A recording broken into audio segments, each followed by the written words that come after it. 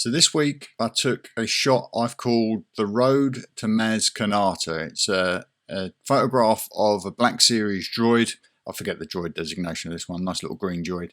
And it's in the bowels of Bespin's Cloud City, and he finds Luke's hand and the lightsaber hilt that he lost in his duel with Darth Vader. So I thought I would walk you through the steps of building this photograph in Pixelmator. The software uses Pixelmator, not Photoshop, and explain some of the techniques that I've learned since I've been doing this toy photography. So we pop into Files on the Mac and find my memory card, which I connect via a card reader. I have to sort the images via date and find the image I want. There was a couple, I took 3, and this is the one that I chose. So I dragged that into Pixelmator, and as you can probably see, the set there is pretty basic. So the floor is MDF scored to make it look like it's got floor panels, and the back wall is also MDF, both painted black. The floor is a little bit more weathered.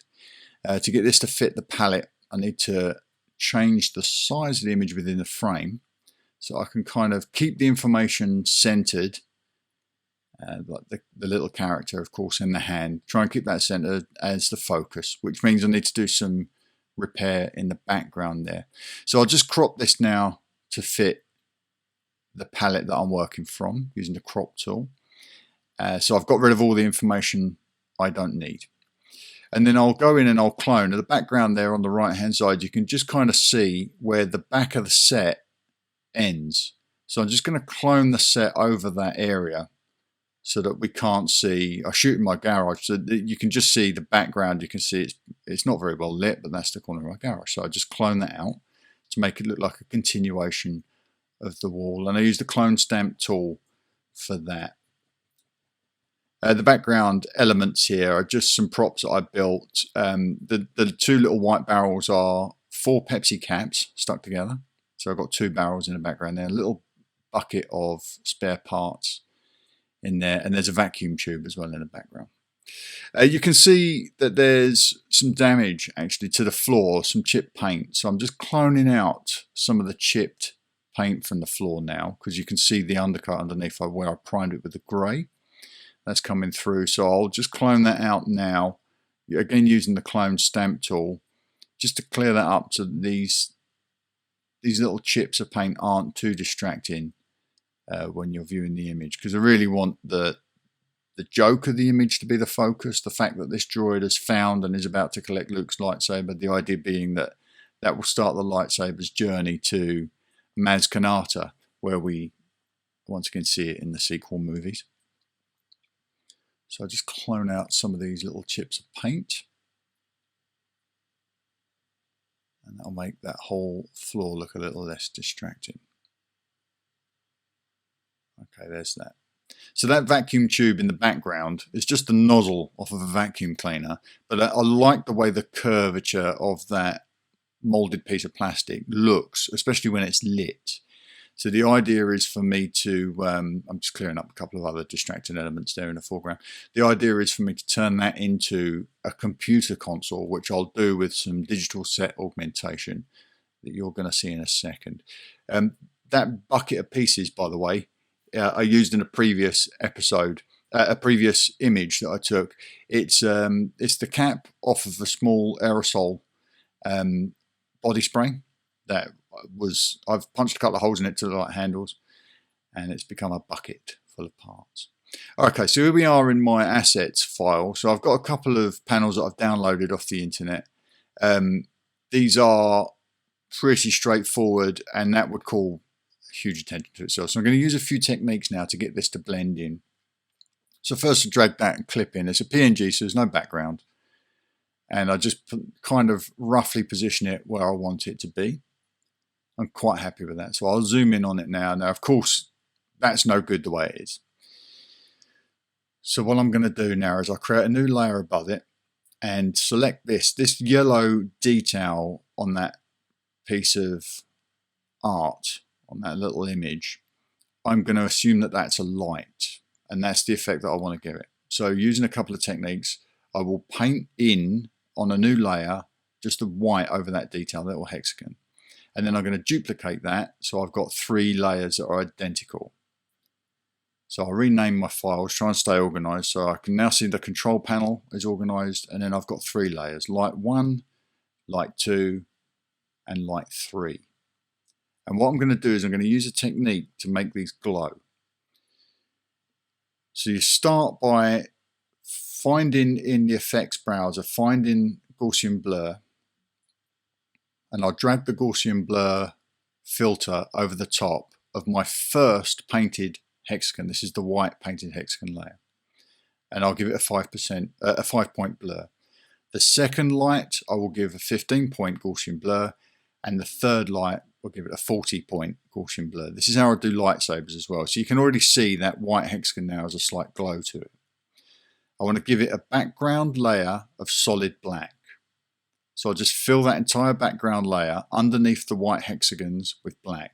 And then I'm going to combine all 3 of those light elements with the black background to make it one solid element. And I'll do that by using the Command plus the E key. If you select all layers, do Command plus E, you can collapse all of those layers into one. I'm working on a Mac. And then what I want to do is I want to change the blending nature of that layer with the other layers to screen. The black disappears and we're left with the glowing white hexagon. I'll turn that off for a moment so that we can apply a new blend mode to that panel. By going to multiply from blend, you can see already it fits in with the lighting design of the set in this shot. I will hit it with Gaussian blur, as you see there, and then reduce the blur until it looks natural within the set. So it kind of looks like it belongs there. And then we'll switch that light back on. I'll hit the light perhaps with a little bit of color.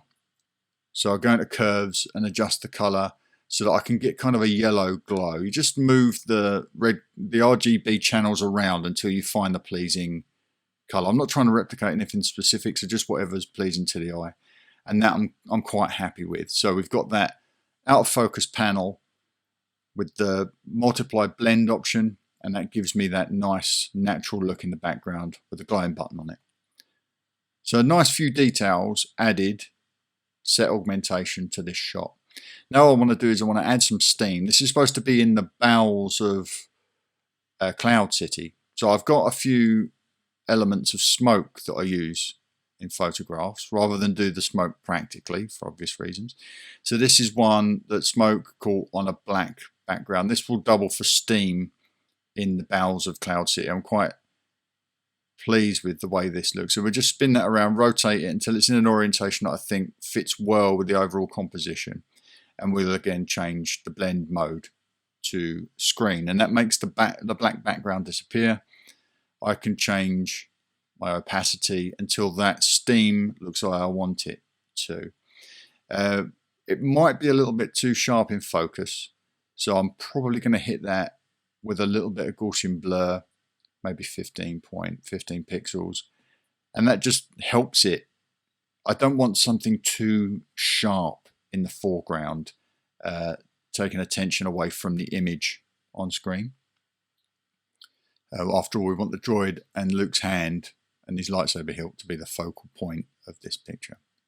I'll just keep my workspace organized, and I want to hit that with another piece of smoke. Now, I've gone for a different style here. This is a total PNG, it's a transparent background, so there's no need to adjust the way this blends with the other layers.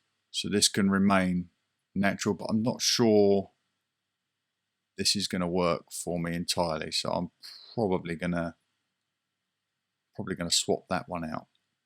So I'll just hit it with a Gaussian blur and then crease that a little bit because I want this to be deeper into the background. I'll take down the opacity a bit as well so that it blends in a little bit more, but I'm losing some detail.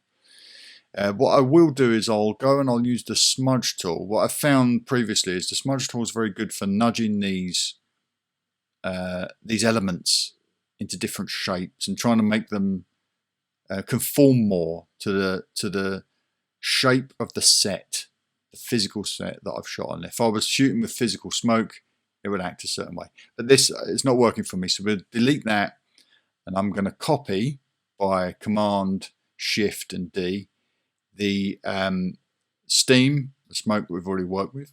I want to flip it over. I've encountered an issue here where the topmost level is the one that Move Tool wants to activate with. So I've just shunted the smoke up. So I'm going to flip that. I'll flip that on its axis so that it's now the mirror image of the smoke on the other side of the screen. And I'm going to move it into the background by hitting it with a bit more Gaussian blur so it looks like it's further back in the image. Reduce the opacity a little bit. I just want atmosphere. I don't want it to be too distracting to the eye. I just want atmosphere. I'm quite happy with that. Again, I've gotten confused about what level I'm working with, so I'll just move that smoke element up and move that back a little bit. There we go. Okay, I'm going to keep my workspace organized. I'm going to group that together and name that as smoke. So you just do Command and G to merge things into a combined little folder. All right, now I want a little bit of light in this atmosphere. So I've got a series of lens flares that I use, and I want to select one. That looks like a good one. Select one and drag it into the image. And this is going to work as the droids, the light on the droids dome light. So just change its attitude slightly so that it fits in with the location of the dome light. Hit it with a screen blend so that the black disappears, and I'm going to increase its size a little bit so that the little lens flares are slightly more apparent. So I'll just expand that, slide that over the dome light, and then we've got something that looks a little bit more animated than just the dull plastic of that toy. That looks good. I'm quite happy with that, and I'll just change that to just say flare. Okay, so we've got our effects elements now in the background there. I'm happy that none of those distract from the overall image. So I'll group this all together now, and I'll create a copy. Command Shift and D will duplicate, and then I'm going to merge that group together, basically flattening every element that I've built so far into one fresh document. So I can no longer work with any of those elements. The group below it contains the separate elements. And now I'm going to hit this with a vignette so that we get that nice blackened frame, the darkened corners around this image. I'll go really, really heavy, and then I'll dial it back a little bit until I'm happy with it. So we'll just punch that up slightly. I think that looks pretty good.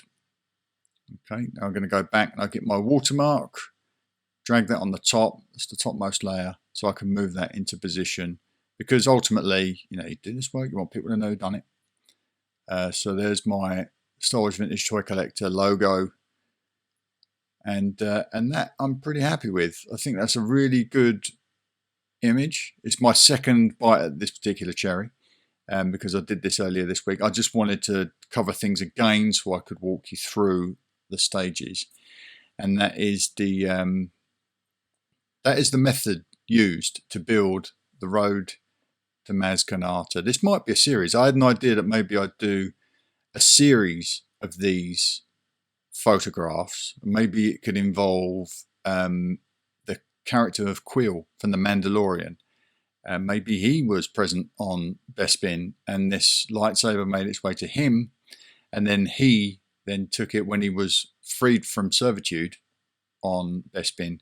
He could have then taken that to Maz Kanata. So I'm thinking about maybe doing that and maybe make this a 3-part series. So the droid will, this droid will pass off the lightsaber hilt to the Quill figure.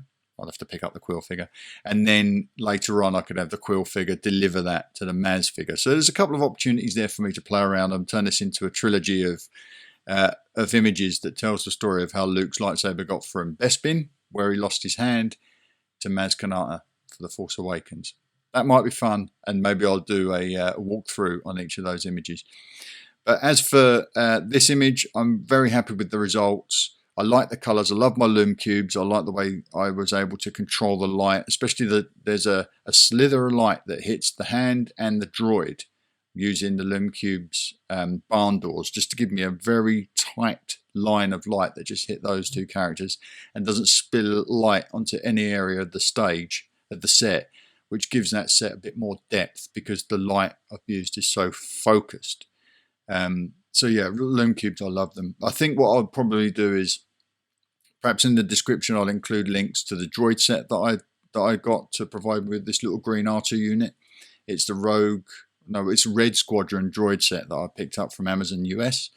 I'll tuck a link into there for that, and also the hand was donated by the Luke Skywalker Dagobah set that I picked up with Yoda, and I'll put a link to the LumeCubes as well, just in case you're interested in pursuing toy photography as a hobby. You might need some of these things as you go on, as you learn and develop. Okay, that's me done. Hope you enjoyed this. Hope you learned something from it. I'm certainly learning a lot as I go with this stuff. I'll speak to you on the next one.